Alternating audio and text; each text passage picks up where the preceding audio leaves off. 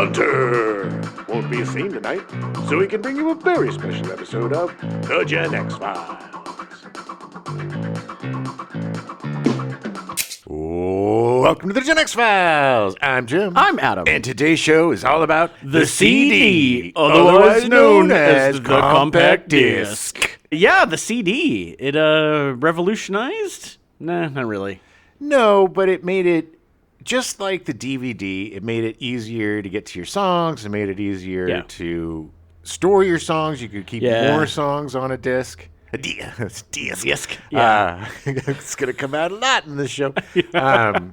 It changed the way that we shared, stored, and were able to experience music, because we were able to make much longer, like, party mixes. Yes. And it also, kind of revolutionized the whole DJ and karaoke. if you really took care of your CDs, they would last forever. Mm-hmm. Tapes, cassette tapes, singles, and music cassettes, or whatever. Music cassettes. Yeah, whatever they called them. They our last show. The more you listen to them, the more they would wear down and then eventually become unplayable. Tape only lasts so long. Yeah.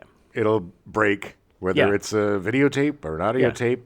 Or it just wears out. Yeah. Or, exactly. It gets brittle, it ages, just like old film. Your compact disc is more likely to it'll last longer than the probably player, to be honest. Oh, yeah. Like it should, theoretically. If you keep them out of the sun. And if you don't run keys all over them and scratch them up. Good advice, Adam. Don't do run that. keys Don't do that. On your CDs. So use that little rhyme. They get skippy. They get very skippy very quickly. All right, well, let's get into it, baby. All right. Well, take yourself back to 1982. Nice. February 19th, Ozzy Osbourne was arrested after urinating on the Alamo in San Antonio, Texas. What? Yeah. Ozzy Osbourne? Yeah. Not Ozzy. He's so respectable.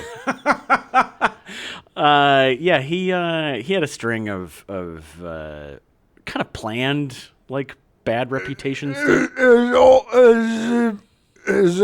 remember. Sarah! Thank you. That's what I was waiting for. It's funny because the whole thing. I probably told the story before on the show, but the bat head biting incident. That It was Ozzy totally Osbourne accident. had, Yeah. it was in Des Moines.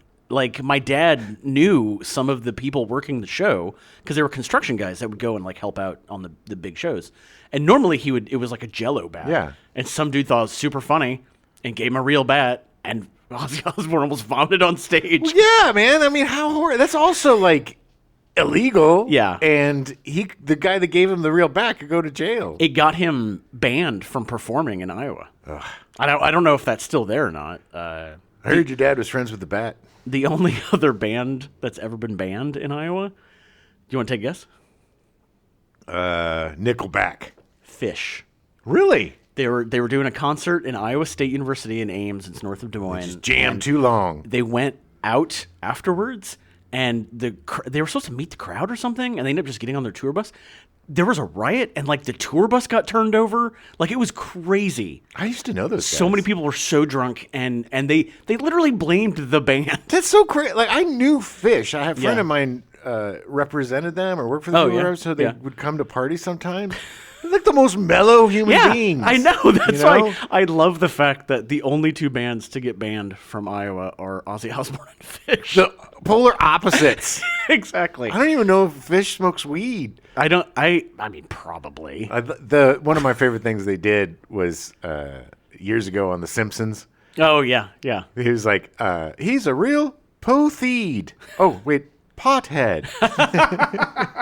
Homer Simpson. I've never been into Phish. I know a lot of people that are big into that, and like the Grateful Dead and all that kind of stuff. But I can't deal with songs that are 4 hours long. No, dude, I can't do it. No, I mean I've confessed I'm a recovered deadhead. Yeah. Hi, my name's Jim, and I used to listen to the Grateful Dead. But after Garcia died, and I mean it still didn't kill the dead. There's still going on. Yeah. There's somebody with them touring now. There's like some famous person, or famous, Who knows? like somebody like Adam Levine or something. That's like, oh hey, I don't know. Anyway, but Phish kind of filled that void because they were that jam band. You know, it's just those. just those like 80-minute.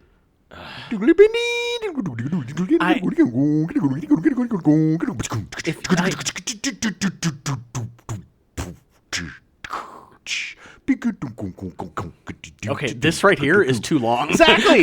That was Imagine way that too for long. 8 hours. No. I can't. If you want to listen to jazz, listen to jazz. It's not jazz. I know. It's trying to be jazz. It's fake jazz. It's. I'm not going to say the word, but you know where you could listen to Fish on your CDs. That's true. That's true. April 17th, Johnny Cash hosts Saturday Night Live with Cash and Elton John and his classic band as the musical guests.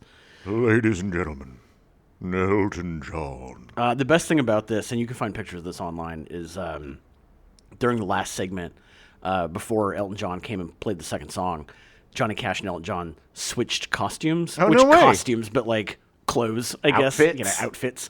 And it was so fun. The pictures of them together, they're having so much fun. Like, Johnny Cash was such an amazing individual. He was awesome. Yeah. And the fact that Elton John's still alive just blows my mind. I'm still standing. Yeah. I just watched a clip with Jack Black and Elton John on some British talk show, and Jack Black is a huge Elton John fan. Oh, yeah. To the point where Elton John looked scared to be on stage with him. I think as much as I love Jack Black, I think a lot of people... He's like, whoa, too much energy. Yes, there is. September 3rd to the 5th, the first US Festival is held over Labor Day weekend near Devore, California. The Police, Tom Petty and the Heartbreakers, Fleetwood Mac, the Grateful Dead, Talking Heads, and the B-52s are among the many performers. It's a great lineup. I've Is. seen most of those in concert. B-52s were a great live show. Oh, I can imagine. I mean, I would love to. Back in the day, I'd love to have seen them live. I don't think I ever saw the Talking Heads. That's one that I missed. Oh, that's too bad. Yeah. I'm sure they put on a good show, too. Oh, amazing. I mean, it was like the Stop Making Sense tour. Yeah. It was like a stage show. I mean, all of David Byrne's shows are happenings and events. Right. October 1st, the digital audio compact disc, or CD, makes its debut in Japan. Nice. Like everything else this month, it debuted in Japan. Didn't everything? The Walkman? And Everything the except for what we're covering next week. Well, so far, hey, 3 for 3 so far. That was because it was an American company. I know, which I think some people will be surprised to hear. Yes, that's true. The compact disc is an evolution of Laserdisc technology, which please go back and listen to our Laserdisc episode for more information. Yes. I mean, I'm sure you already have. Yes. Or you wouldn't be here. It's where a focused laser beam is used that enables the high information density required for high-quality digital audio signals. The information on the disc is read from a reflective layer using a laser as a light source through a protective substrate. Prototypes were developed by Philips and Sony independently in the late 1970s. Although originally dismissed by Philips Research Management as a trivial pursuit, the CD became the primary focus for Philips as the Laserdisc format struggled. Okay. Yeah. In 1979, Sony and Philips set up a joint task force of engineers to design a new digital audio disc. After a year of experimentation and discussion, the Red Book CDDA standard was published in 1980. That's crazy. And it's also cool, like, thinking of people in a lab creating a new delivery system for music. Well, this is something I didn't talk about in the Laserdisc episode at all, but like they essentially called them the rainbow books because there was different colors for the standard of how to make everything. Mm-hmm. And it was like literally they were like, okay, we've made this. If you don't make it up to the standard, then you can't sell it. Oh, wow. Yeah. Yeah, it was just so that it was quality over quantity, although God knows they sold a lot. Well, they got just like video cassettes, once you get your manufacturing system down, then it's cheapy cheaps. Oh, yeah. Philips coined the term compact disc in line with another audio product, the compact cassette, and contributed to the general manufacturing process based on video laserdisc technology. Philips also contributed 8 to 14 modulation, which is known as EFM, a line code heavily directed by Dutch engineer Kees Schuhammer Immink. Yeah, I was working on the IEFM. EFM, yeah. I invented it. He essentially did. I mean, it's super weird. I am the granddaddy of your ears. I never knew that EFM meant 8 to 14 modulation, and after doing research, still don't really get it. Let me explain it to you. It's something to do with how it reads the disc or something. Yes. Okay. You're onto this. Okay, You're onto it, mister. EFM would be used more in a more developed format for DVD and Blu-ray. It would win IMINC a Personal Technical Emmy in 2004, along with a ton of other awards. I'm going after my EGOT. I mean, literally, we would not have the CD, DVD, Blu-rays if it wasn't for this one Dutch engineer. No, and we wouldn't have that if it weren't for Laserdiscs. Yeah. Yes. Yes. And we wouldn't have that if it weren't for NASA. And we wouldn't have NASA if it weren't for Sam Rayburn.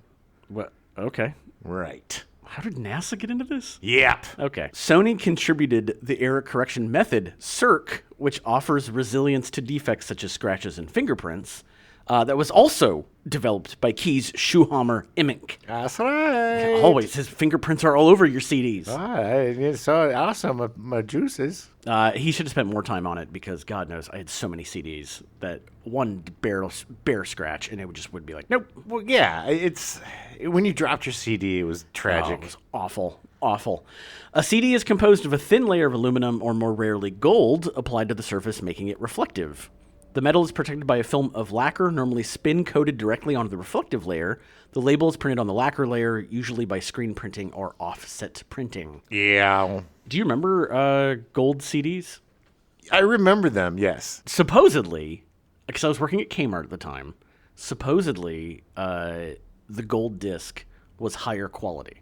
Okay. Like it would sound better. Is that something to do with the metal? Because metallurgy? the way that instead of aluminum, it's gold, and it would conduct better or something, or reflect the laser better, I guess. Okay. It's richer. The only gold CD I got was Pink Floyd's Dark Side of the Moon. Nice. And it sounded amazing, and it looked cool because it was gold. But of course, they charged like an extra $10 or something for each CD. Oh yeah, I mean that was the thing. It was. There were a lot of gimmicks, man. Yeah. Oh yeah, we'll get into a ton of the gimmicks. So the first test pressing was of a recording of Richard Strauss's In Alpine Symphony, recorded December 1st to the 3rd, 1980, and played by the Berlin Philharmonic and conducted by Herbert von Karajan, who had been enlisted as an ambassador for the format in 1979. It was classical music that kind of drove the CD because the thought process was that the only people that are going to be able to really afford this at this time are rich people. And what do the richies like? The audiophiles, they like the classical music. They like their snoots, their snooty snoots. Put some opera and some classy on there. I also really like the fact that they hired a quote-unquote ambassador for the format. It's like, I'm the CD ambassador. Well, that's what they did. They did that with Atari and everything. I know. With new technology, people are like, ooh, they get their pitchforks and their torches, and they're like, no, we don't want it. And usually it's the industry that does that.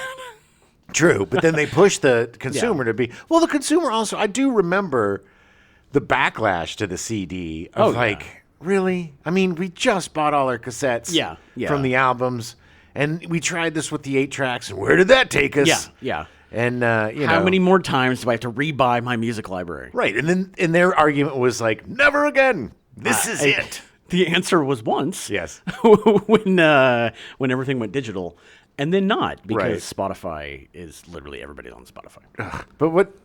Yay, Spotify! I don't mean I know. You're listening to Spotify's great. Maybe, but I love Spotify. But of course, look, it's the dream, man. To be able to listen to all of your music all the time, anywhere. That's great. One of the smart things that they did do was that they didn't release very many CDs at the beginning. No. So it was manageable, and it created a need and a want for more product, because it's like, well, I got these. When am I going to get Springsteen's? Thunder Road. It's like the classical stuff. Yeah, Thunder Road. The classical stuff sounded fantastic, and so when people would hear it, they'd be like, well, but I want to listen to Springsteen. That sounds that good. Right. It was also classical was a really good ambassador for the sound, because it really did demonstrate the crispness and the clearness. Right. You know, and then let's just have the argument between that and LPs and blah, blah, blah. Yeah.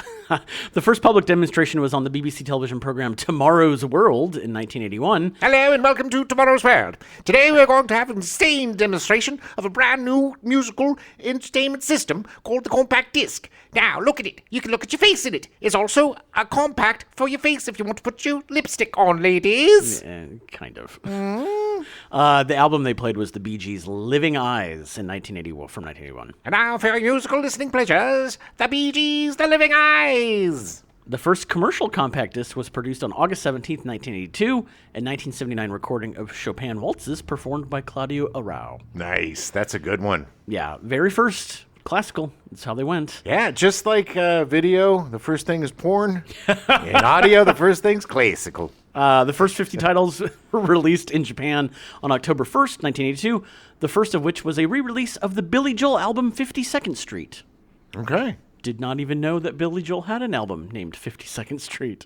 Much like being a reformed Grateful Dead fan, I am a reformed Billy Joel fan as well. Billy Joel falls into that weird, like those early 80s like guys that got big and they're like Springsteen and Billy Joel, and I want to say, even to an extent for me, Elton John. Sure.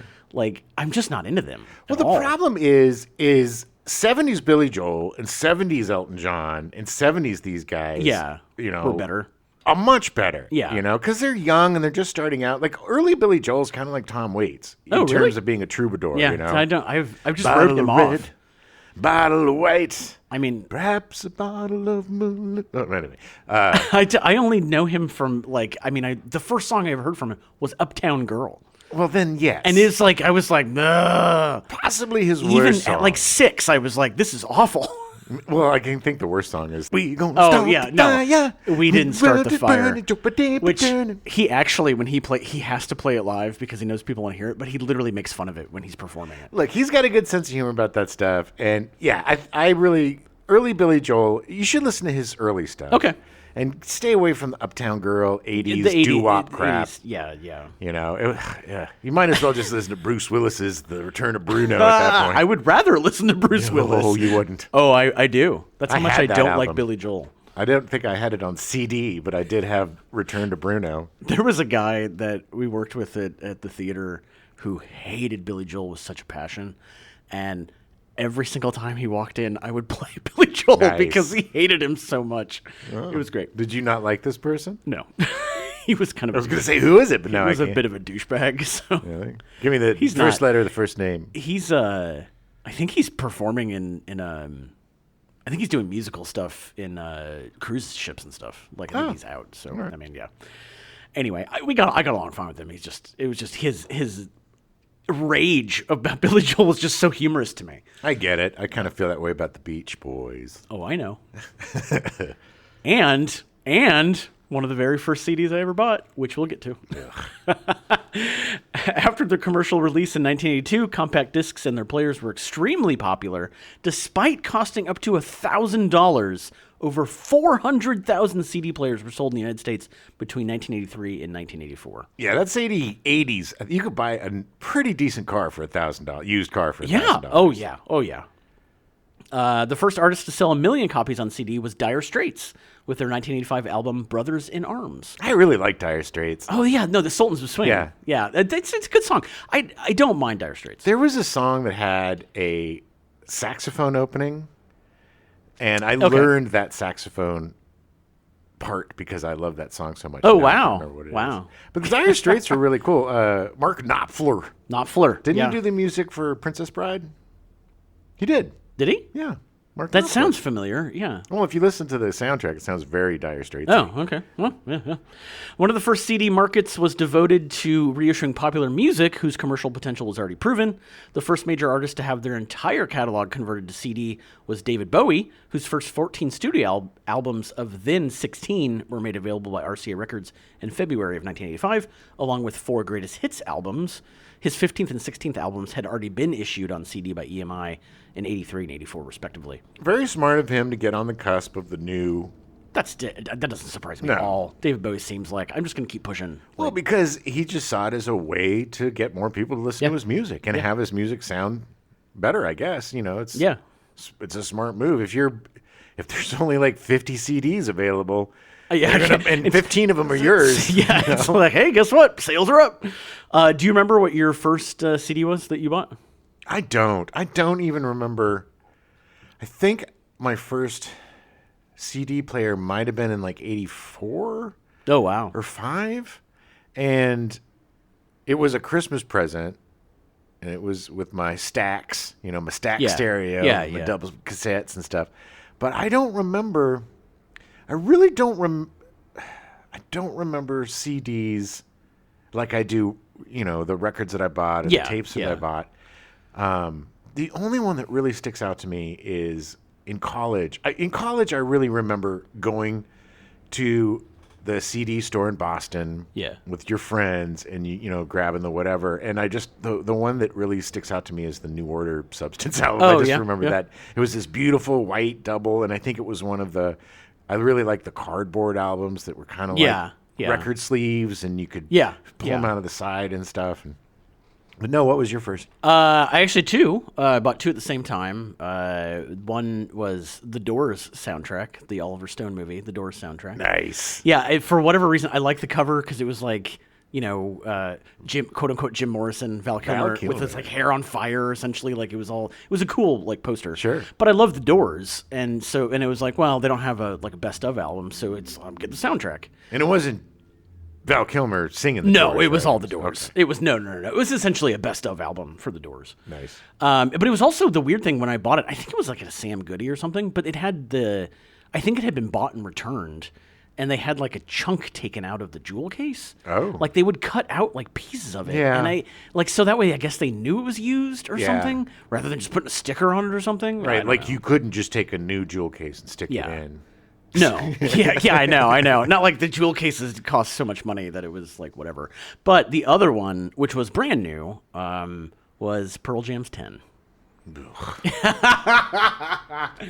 I loved that album so much. I loathe Pearl Jam, and I went to this show. My friends, I was coming back from somewhere, and a couple of friends of mine surprised me, picked me up at the airport, and took me to this show.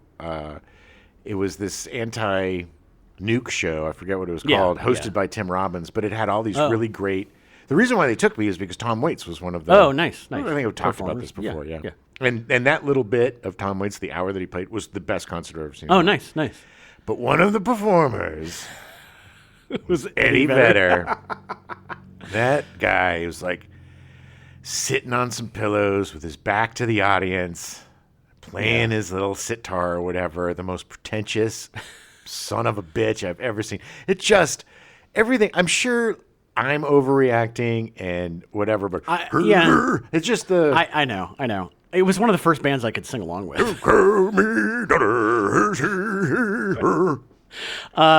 For me, it was that when I first heard Pearl Jam, I was like 12. Yeah. And it was like not like anything I'd heard. Oh, I get it. I 100% get it. And I also think I was a Nirvana guy. Yeah. And I think that, a lot of Nirvana people weren't Pearl Jam people for whatever stupid reason. I know. I liked both. My brother was big Nirvana, not Pearl Jam. But it's just, it just seemed, the authenticity of Kurt Cobain seemed countered by the poserness of Eddie Vedder at the time. He's been fighting that his whole life. This is why he was like the no nuke stuff. Like he's been doing all that stuff for a long time. Yeah. But I think you're right. I think it's because Kurt Cobain did not have to try. He just was. It was just him, and he was captivating. Yeah. It's just and. Apologies to Eddie Vedder. I'm sure he's a great guy, but I was I don't really listen to Pearl Jam anymore, but I was a huge Pearl Jam fan. It's okay, man. I've never seen them live, which now I wouldn't want to. Technically, I haven't either. I just saw him. Yeah. But I love that album. It was great. It was just one of those. It felt very. Like I felt very independent listening to it. You know? Like it was like, oh, my parents don't listen to this. I mean, I get it. Also, when you're younger, that was that was a crazy show. Annie DeFranco was there, and I love it, and a whole bunch of other people. And then the only person that had everybody come out and play with them was Tom Waits, and everybody came out and sang a song. It was so great. Nice. Yeah, that's awesome. That would be cool.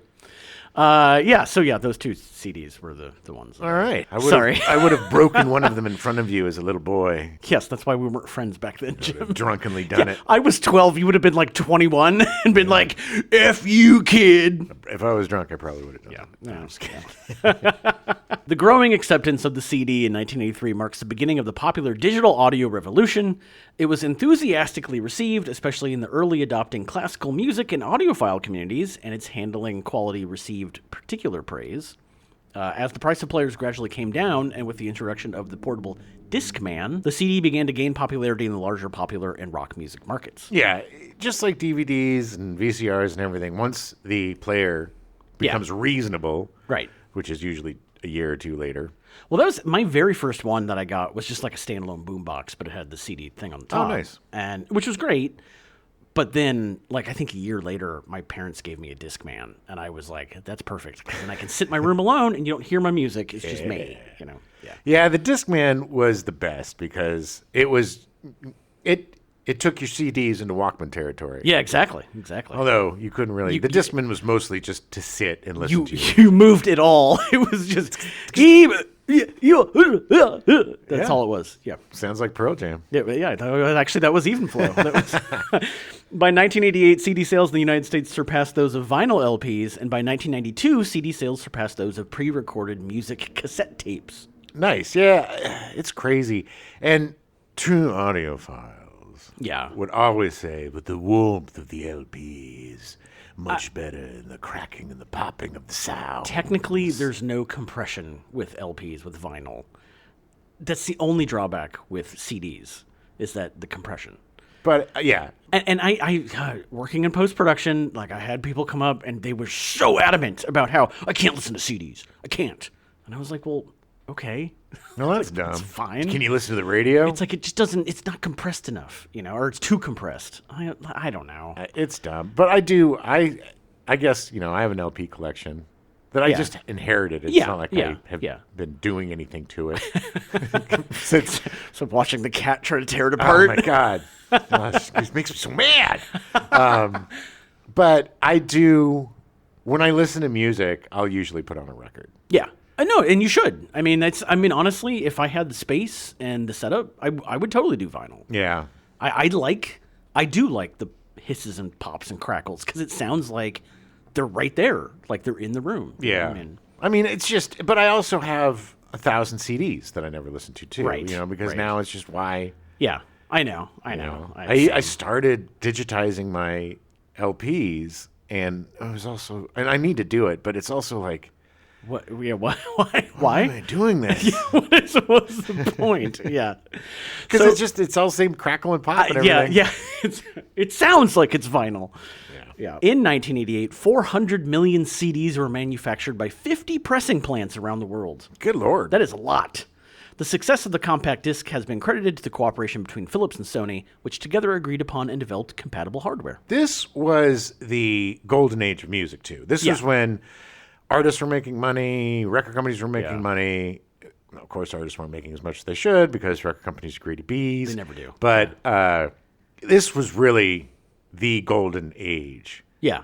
When it got to the point where you could be pressing your own CDs and like it was so easy, it was cheap. And, And it was the thing about physical media is there's units, and when units sell, you get a certain amount of money, and with streaming. You get like a quarter of a penny for every time. Yeah. Like 8 million listens, you get maybe 4 cents. Yeah, and it doesn't make any sense. It's ridiculous. So it really gave a much more clear picture of how much the artist was making, right? How much the company was making, right? And you couldn't really hide that stuff. It's just streaming has made it extremely difficult in any form, whether it's film or music or whatever. Streaming, surprise, surprise, is horrible for the artist. Yeah. Because it's like, we don't really know what's going on in there. Right. And then the people are like, well, we don't know how to pay you. So, The company, the $1 billion company's like, we can't figure the math out. We can't figure it out. Sorry. Well, you can figure out Zaslav getting $250 million for being a D-bag. Yeah, I'm coming after you, Zazzy. Well, this is exactly the reason why in the new year, we're going to start releasing this show on a weekly CD. Yeah. By mail order. Email us at genxfilespodcast@gmail.com and put you on the mailing list, and we'll get a new CD every week. And we don't want to stymie you, so we'll also offer an LP, a cassette tape, Yes. or a VHS or Laserdisc copy. Yeah, there you go. Well, Laserdisc can be hard to do. Don't forget to play the Atari game next Christmas. The unified design of the compact disc allowed consumers to purchase any disc or player from any company and allowed the CD to dominate the at-home music market unchallenged. It's funny. This kind of seems like the only one that didn't have a turf war. A competitor, like yeah. It was because the two companies got together and said, look, we're going to make a ton of money at this. Right. Like, let's do this. Well, I think they also learned their lesson with the Betamax VHS battle. Yeah. Sony certainly did because they lost that. Well, they didn't learn it when they didn't learn it with the HD DVD Blu-ray battle. No, I mean, Sony did. They the tried. Others. Yeah. No. I know. Short memories in business. No, you gotta find your universal delivery method, and everybody wins. Yeah. The CD was primarily planned as the successor to the vinyl record for playing music rather than as a data storage medium. However, CDs have grown to encompass other applications. In 1983, following the CD's introduction, Immink and Joseph Brott presented the first experiments with erasable compact discs during the 73rd AES convention. Ooh. Crazy. I remember when they were talking about this, and I was like, how? How do you erase a laser? Like, it didn't make any sense to me. Well, it's just you smooth over the... Yeah. I mean, it would be... The machine to do it was huge. Yeah, but it also... It was only rewritable so many times. Right. Because... Before it would just go away. Yeah. In June 1985, the computer-readable CD-ROM, read-only memory, and in 1990s, recordable CDR discs were introduced. I wonder how many people knew that ROM meant read-only memory. Unlike RAM, which is random access memory. Right. Yeah. And Rammstein, which is a band. That's correct. Recordable CDs became an alternative tape for recording and distributing music and could be duplicated without degradation in sound quality, which is... That's the other thing, too. Like, when you're, like, for you as an independent artist, if you're trying to release a cassette, like, taping it over, your masters are going to wear down so fast. Yeah. It also allowed everybody to come up to you on the street and be like, you want to hear my mix CD? Yeah. You want to hear my mix CD? Take my mix CD. Here, take my mix CD. You want to hear my mix CD? Or they would just put it in your hand and then be like, that's $5. Ah. Yeah. Other variations of the compact disc include CD text, which allows for the storage of additional text information like album names, song name, and artist on a standards-compliant audio CD. Yeah, you could play that in your like Laserdisc player, and it would generate stuff on your TV. Like there were different picture discs. They did all these different experimentations with different stuff. Well, that's not CD text. The CD disc and graphics would do that. Yeah. Sorry, I got that. No, it's okay. The text was just like if you put it in your car, it would pop up saying what the track was. Right. Yeah. Which was really impressive. Which is, I mean, honestly, when I first saw it, I was like, hey, that's great because I am terrible at remembering track names. The compact disc in graphics is a special audio compact disc that contains graphics data in addition to the audio data on the disc, which is they would use it a lot for like karaoke. Right. The disc can be played on a regular audio CD player, but then when played on a special CD plus G player, it can output a graphic signal. Typically, the player is hooked up to a television set or a computer monitor. They almost exclusively use to display lyrics on a television set for karaoke performers to sing along with. Right. It became big. And they were cheaper to produce than the Laserdisc, which still was being made and being used for karaoke. Well, I think you could put more songs on the Laserdisc. Plus, the quality was better. Yes. CD plus extended graphics, CD-EG, also known as CD-XG, is an improved variant of the compact discs and graphics format. Very few, if any, CD and EG discs have been published. They are actually extremely rare and very expensive. Okay. Look through your collection, people. Yeah. Super Audio CD. Do you remember SACD? I remember the scam that was SACD and how they tried to perpetrate it on us, and everybody was like, nope. It's a high-resolution read-only optical audio disc format that was designed to provide higher fidelity digital audio reproduction than the Redbook standard.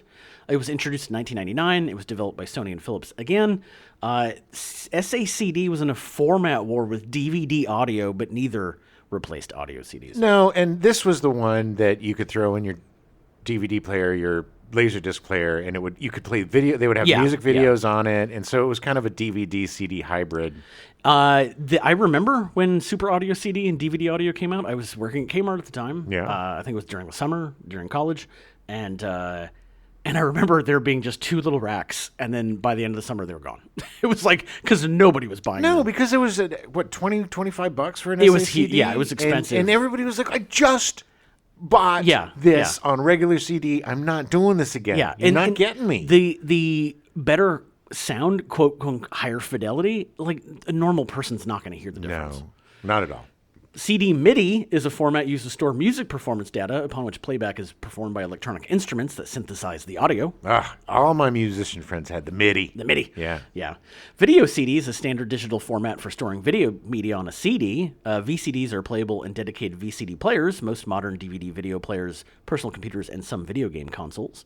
The VCD standard was created in 1983 by Sony, Philips, Matsushita, and JVC, and is referred to as the White Book standard. All right. Overall picture quality is intended to be comparable to VHS video. Poorly compressed VCD video can sometimes be of lower quality than VHS video. It was kind of a gimmick. It was like watching it through a potato. It was always, every VCD I saw was awful. Exactly. Yeah. This also led to the Super VCD, which had 2.7 times the resolution of VCD, but only 2/3 of the resolution of DVD. Yeah, Super sucks. Yeah, Super sucks is right.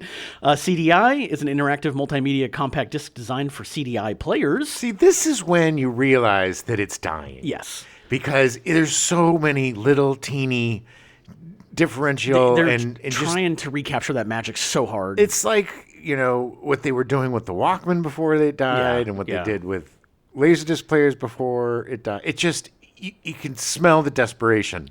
Yeah, CDI discs can contain audio tracks that can be played on regular CD players, but CDI discs are not compatible with most CD-ROM drives and software. This is the thing, too, is a lot of these companies wanted to have their own hardware. Yes. As a peripheral for your computer. Yeah.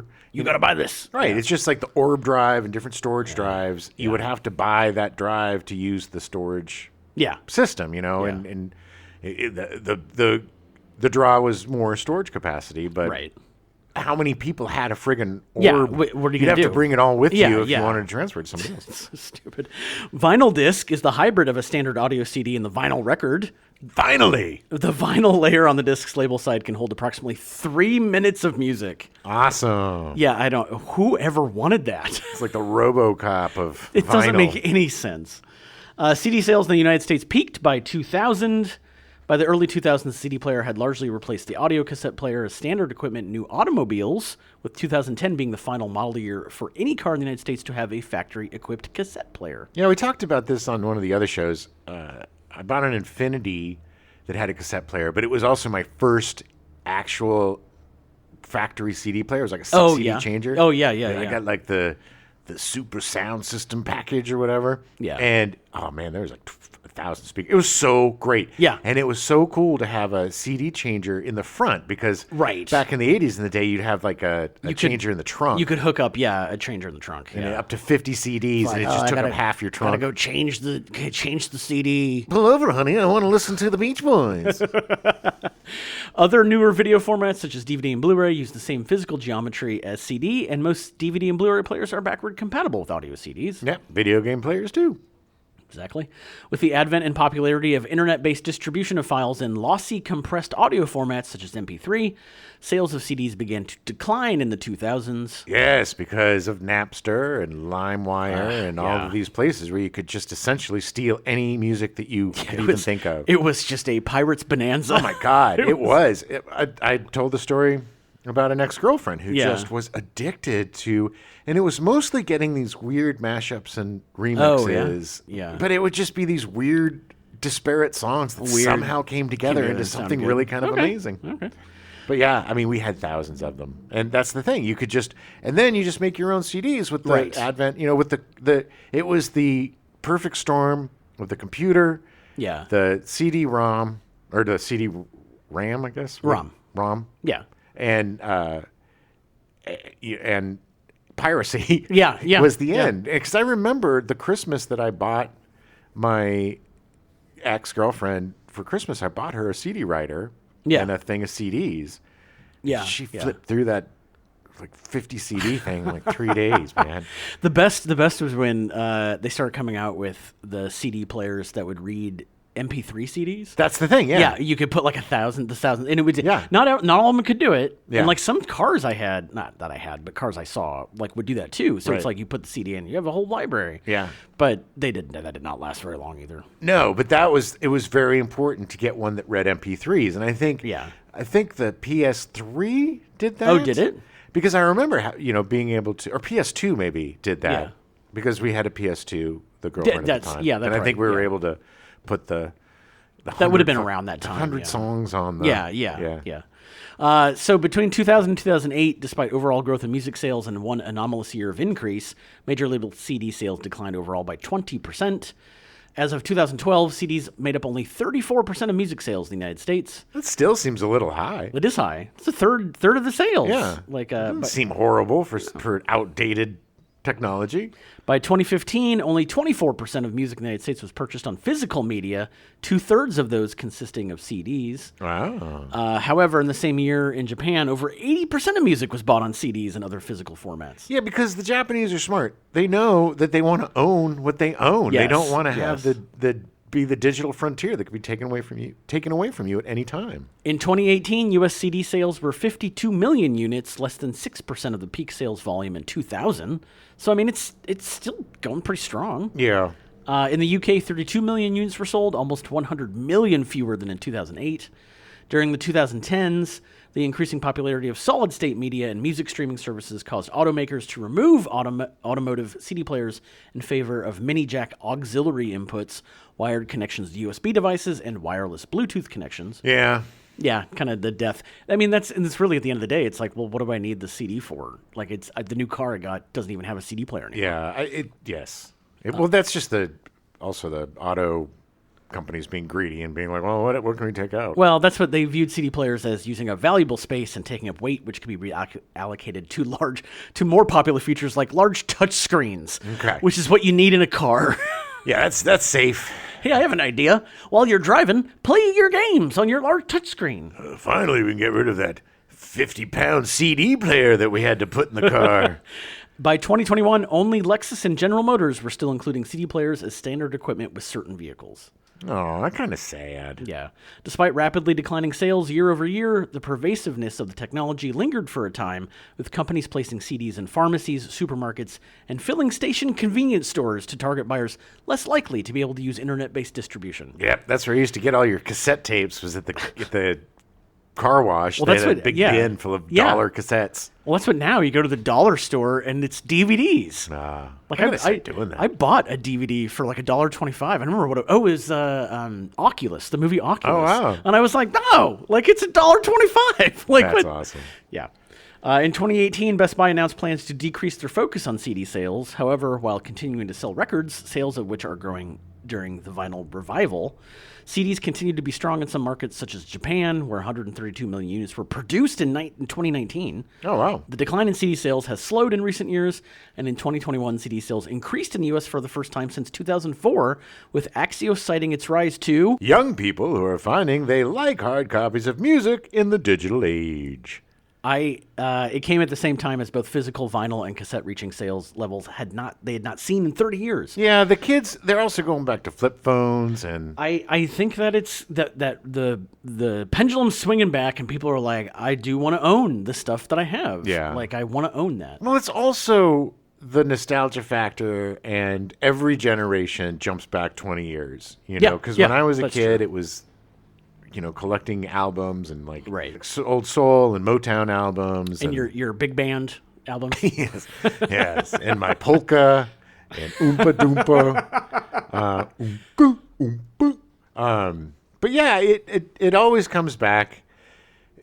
Kids want to do what their grandparents did, I guess. I don't know. Yeah, well, I mean, it's just at the end of the day, kids want to rebel. I mean, it might not be like a conscious thing, but they're like, oh, this is interesting. Like, yeah, I grew up with streaming. I'd rather own the DVD. As a kid, you like owning stuff. You have collections, and you like trading stuff with friends. It's still fun to give somebody a mixed CD. Back in the early 2000s, I suppose, I used to have a New Year's party all the time at the place across the hall. One of the things I would do is I would make a mix CD, the Gym Mix. Oh, yeah. As I call it. The Gym Mix 2002. Yeah. And I would put songs from all the things I were listening to over the course of the year and share it with people that may not have been, a lot of snooty NPR morning becomes eclectic stuff. Then I was like, you probably haven't heard this. But I would make a CD and put it under the tree, and everybody who came to the party got a free CD. I think one. I got one from you. Yeah. I think. There's still people that you talk stopped about doing it. Yeah, I did. No, you met me, and then you stopped doing it. No more. If you would have appreciated it a little bit more. No, because of that, other people would give me mix CDs. Like Zombie would make a mix CD, and that was fun. And it was fun to listen to that and giving your girlfriend or having your girlfriend give you. I remember getting in a fight with one girlfriend and her putting a mix CD on my car, to listen to. And like, and then, what are the hidden meanings in these songs that she's telling me? And I want to just blow my brains out. But I remember when Zombie gave me a mix CD once, and I had no idea what was going on because it had been 10 years since someone gave one to me. Oh, yeah. And I was like, Are you in love with me? Yes. Is this what's happening? I am. I was so confused. But I think there's that aspect to it. Yeah. Of more than just there's no real me sharing a playlist with you on Spotify. Yeah. It's impersonal. It doesn't have the same. Yeah. But me drawing a cover on the CD and on the CD putting little notes or something and personalizing it and taking the time to thoughtfully take every song and put it on, burn it and decorate it, and hand it to you. It shows that you were thinking of something and giving a lot of thought. Yeah, yeah. And I think, every generation needs to have that in one way or another. This is why I don't open digital greeting cards that I get sent, because there's literally no point to it. Yeah. I if you're not handing it to me, you just filled it out and then sent it to 1,000 people. Sure. I don't care. It's impersonal. Yeah. I mean, I still open them just because. I don't. All right. Well, I'll never send you a greeting. I've never sent one either. But I but don't they get are it. cheap. It is. It's just. Look. I'm not the best at keeping in touch with people. Same. I'm also not a phony about it and sending digital greeting cards to everybody. Look, if you send digital greeting cards, we're not trying to. Oh, I am. Well, Adam is very disappointed in you for doing that. I kind of understand in this busy day and age, sometimes you just need to do that. If I'm sending a card to somebody, I go and I personally pick it out. And you drop it off at their house and you wait for them to read it in front of you. And then it goes into my bedroom and I forget about it and then I send it the next year. I got boxes. It's hard for me I don't really throw out cards, I don't think. Yeah. So I've just started doing that because I was like, there's no way. Yeah, like so many. Box of memories under my bed that I need to go through, but I just don't. I'm not a very nostalgic person. Strangely enough, doing this show, you would think. But in terms of memories and revisiting the past same. and personally being nostalgic about life, I'm very nostalgic when it comes to games and movies and shows and stuff, because that stuff's important. But friends and family, people, they disappoint you. But but I have this thing that I need to go through that's just pictures from when I was a baby all the way up to, and old watches that I got from ILM and all sorts of weird stuff in there. When we moved into here, I did a huge purge and got rid of 70% of my stuff. Same. And it was and a lot of it was these a bunch of photos from college of people I never talked to anymore. Yeah. I don't really want to remember this. Well, it's that's me though, and because I'm not a very nostalgic person. So. No, and I think as you get older, either you go one or two ways, which is you live in the past because you're remembering all the great things that happened, and or you just kind of forget about the past because it's already happened. And who cares? I'm looking forward. I'm always looking forward. I'm trying to see the new thing, the new fun thing, to make new fun memories that I'm never going to think about again. I don't look forward. I don't look back. I just wallow in the crapulence that is now. But I will say the one CD that I held on to, I finally got rid of my collection a while ago. I tried to do the whole digitizing thing. Yeah. It was before Spotify and all the major streaming.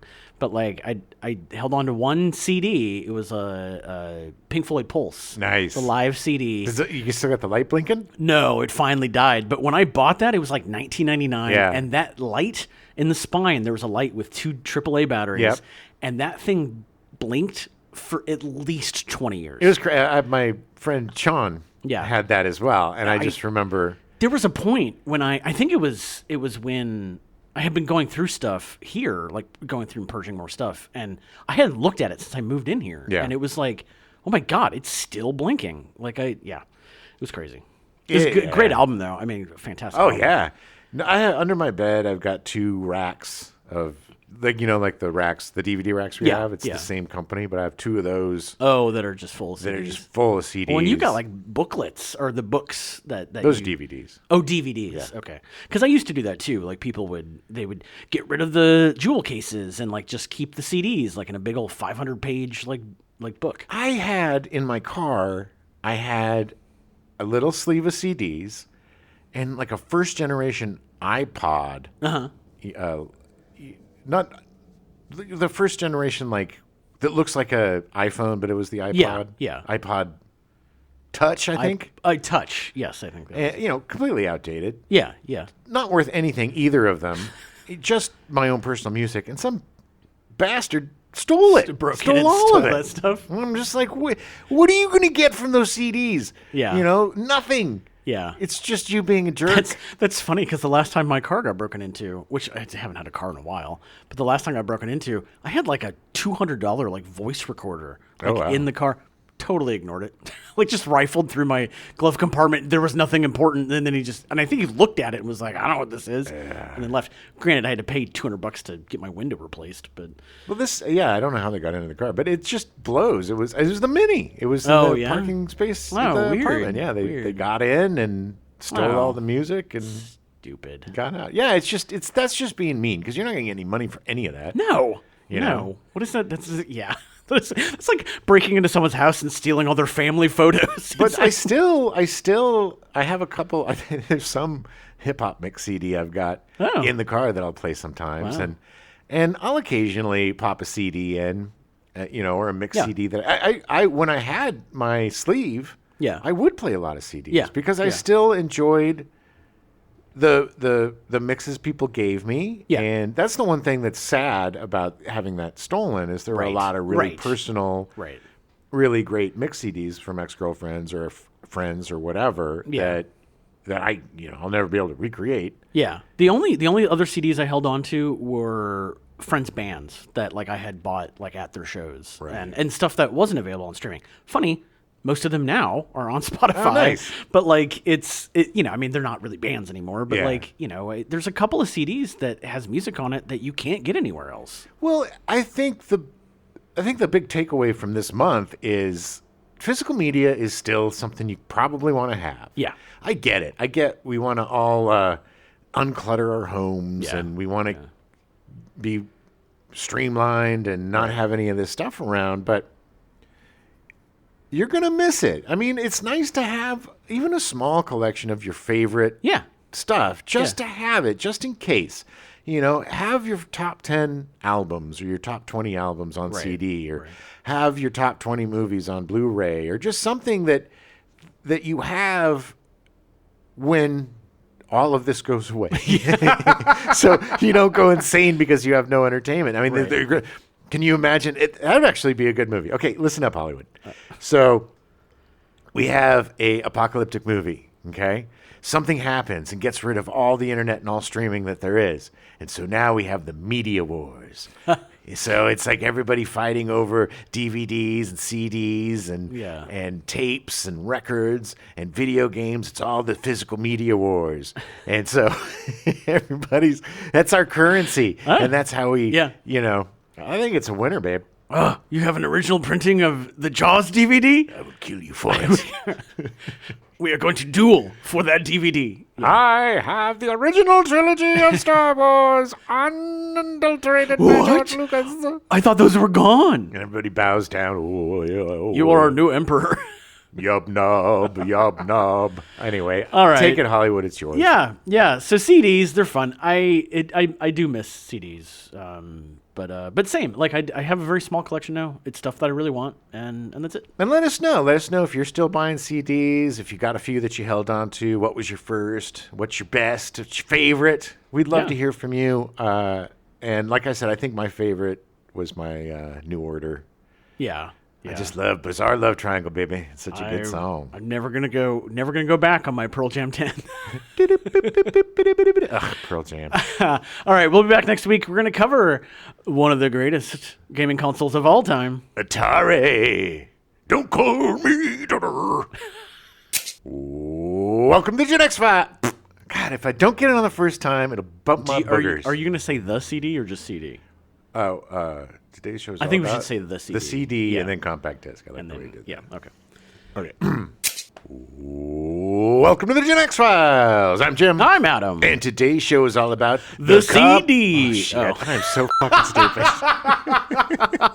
We just went over it, We dummy. literally just went over this. Oh, God. Welcome to the Gen X Files. I'm Jim. I'm Adam. And today's show is all about the CD. The Compact disc. Oh, shit. I thought we were going to say the compact disc. No, just compact disc. All right. This could take 8 hours to do the show just to get for my dumbass to get the opening done. Sony contributed the error correction method. Wow, I can't say method. You could say method. Sony contributed the error correction method.